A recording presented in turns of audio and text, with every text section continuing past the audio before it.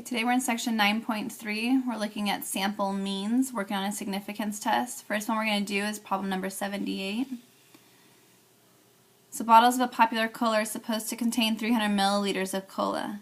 There is some variation from bottle to bottle because the filling machinery is not perfectly precise. An inspector measures the contents of 6 randomly selected bottles from a single day's production. The results are given. To these data provide convincing evidence that the mean amount of cola in all the bottles filled that day differs from the target value of 300 milliliters. First, we write our hypotheses. Our hypothesis comes from what was given, so we know that it should be 300 milliliters. That's our null hypothesis. And then the wording of the question says, does it differ? That becomes our alternative hypothesis. So we're going to do a two-sided test. Remember, when you write your hypotheses, you also want to define your parameter of interest and state your significance level. Once we have that established, we should then go on to checking our conditions. We know that there was an SRS of 6 bottles. We also know that 6 should be less than 10% of all bottles filled that day. So our next condition to check would be the normal condition or large counts condition. We weren't told that it was normal. And we definitely do not have large counts.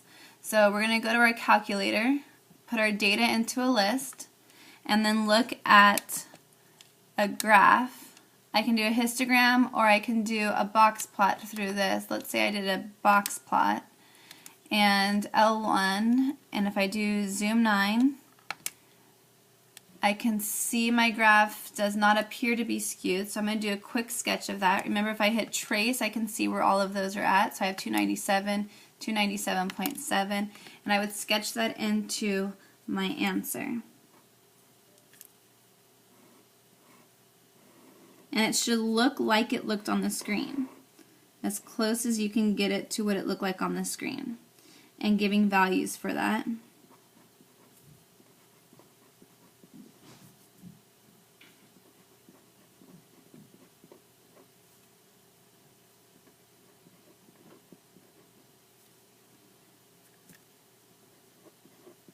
And then we're going to talk about it. So looking at the box plot,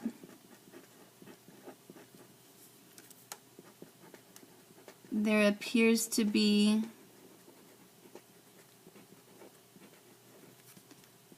no strong skewness or outliers. So we are going to go on using a one sample t-test. I'm going to adjust this so you can see a little bit more.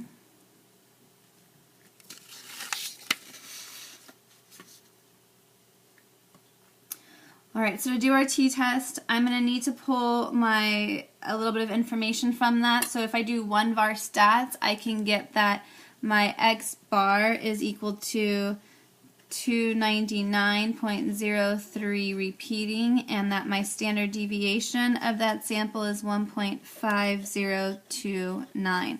Remember, that comes from one var stats. Then from that I would get my test statistic, which is x bar minus my mean or my mu, which is 300, divided by the standard deviation of my statistic is 1.5029 divided by the square root of n, which was 6. Put all of that into a calculator and you get out negative 1.58 for our test statistic. So I'm going to take that negative 1.58 and go to my table B. Remember, our degrees of freedom here would be equal to 5. So if I come here to my table with the degrees of freedom of 5 and our test statistic, which was, sorry, I just moved it over that, negative 1.58. So 5 to 1.58 would be somewhere between these two values. So since I'm somewhere between these two values, I'm between 0.10 and 0.05.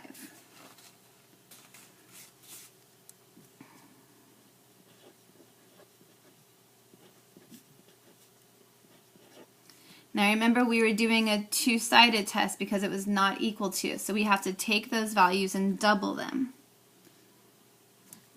Sorry, that shouldn't be T, that should actually be P. P is between those. If I double them, I get P is between 0.10 and 0.20. Either of those levels is above our alpha level of 0.05, so we would fail to reject. Then writing that conclusion in context gives us, we do not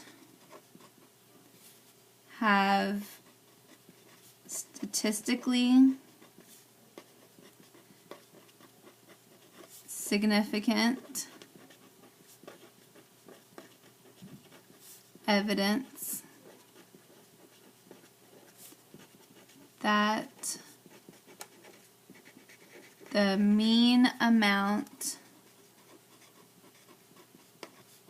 of cola in all the bottles filled that day differ from 300 milliliters. So a very similar process to what we were doing in the last section, just different computations based on the fact that we're using our t-distribution instead of the normal distribution.